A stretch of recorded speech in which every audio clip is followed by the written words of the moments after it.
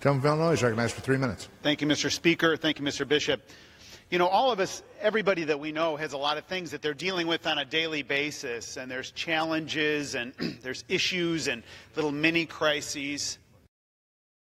Until somebody gets a phone call that says that their child is in the emergency room with an opioid overdose, and then all of a sudden you've got one crisis.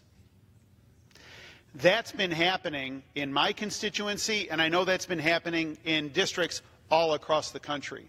The first time this issue was brought to my attention, it was from a friend of mine, the coroner in DuPage County, Illinois, in my district, Dr. Rich Jorgensen, who said, "Peter, there are kids who are dying of this crisis." And he kept being a voice on this and bringing it to attention.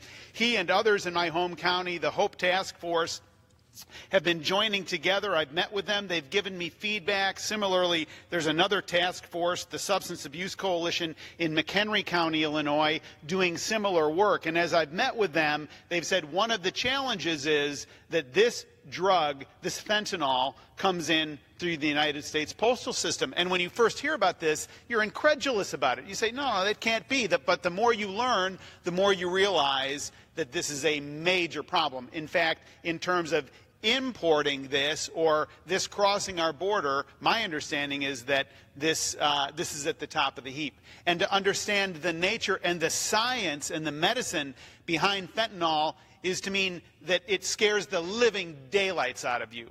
This molecule gets in your body, and the power of it is just overwhelming. So I want to thank Mr. Bishop. I want to thank Mr. Pascrell for the work that they're doing on a bipartisan basis to bring people together, to work through this, and to come up with solutions. Now, this is not the only thing that's going to be happening here. This is in the context of other pieces of legislation. This is in the context of looking at treatment, of reimbursement, of screening, of education.